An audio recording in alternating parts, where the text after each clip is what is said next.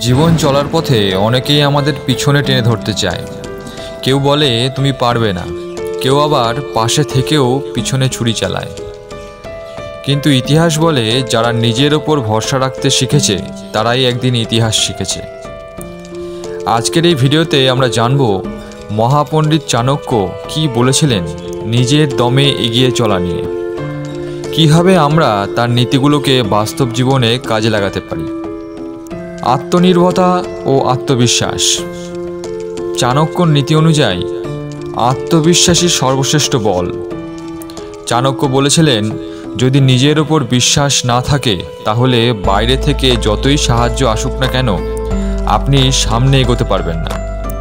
নিজের ছোট ছোট সিদ্ধান্ত নিজে শিখুন। ভুল হতেই পারে, কিন্তু প্রতিটি ভুল একটি শিক্ষা।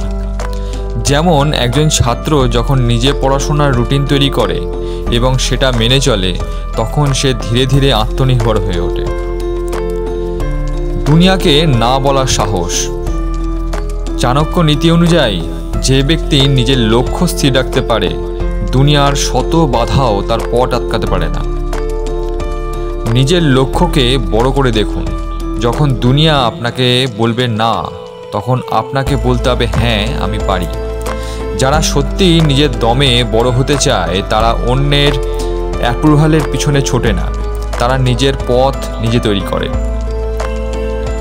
কৌশল, ধৈর্য ও সময়ের ব্যবহার।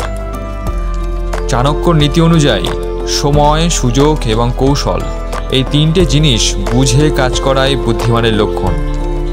চাণক্য বলতেন, শুধু শক্তি দিয়ে কিছু হয় না, বুদ্ধি, সময়জ্ঞান ও কৌশল, এগুলোর সঠিক মিশ্রণই আপনাকে সাফল্যের পথে নিয়ে যাবে। তাই নিজের উন্নতির জন্য পরিকল্পনা করুন, ধৈর্য ধরুন এবং কাজ করুন। কারো সাহায্য ছাড়া পথ চলা সম্ভব। চাণক্যর নীতি অনুযায়ী যে ব্যক্তি নিজের পায়ে দাঁড়াতে শিখেছে তাকেই প্রকৃত স্বাধীন বলা যায়। নিজেকে এমনভাবে গড়ে তুলুন যাতে আপনাকে কেউ সাহায্য না করলেও আপনি দমে না যান। নিজেকে দক্ষ করে তুলুন, নতুন কিছু শিখুন, নিজের উন্নতি নিজেই গড়ে তুলুন। চাণক্যের নীতিগুলো শুধু আজকের নয়, হাজার বছর পরেও প্রাসঙ্গিক থাকবে, কারণ এগুলো জীবনের মৌলিক সত্য। মনে রাখবেন, নিজের দমে চলার পথ সহজ নয়, কিন্তু একবার এই পথে পা দিলে জীবন আপনার নিয়ন্ত্রণে থাকবে। তোমার জীবন, তোমার সিদ্ধান্ত।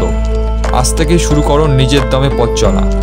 চাণক্যের নীতিগুলোকে নিজের জীবনের গাইডলাইন বানাও। যদি ভিডিওটি ভালো লাগে তাহলে অবশ্যই লাইক করো, সাবস্ক্রাইব করো আর বন্ধুদের সাথে অনেক অনেক শেয়ার করো। আজকের মতো ধন্যবাদ। সবাই ভালো থাকবেন, সুস্থ থাকবেন, আনন্দে থাকবেন। নমস্কার।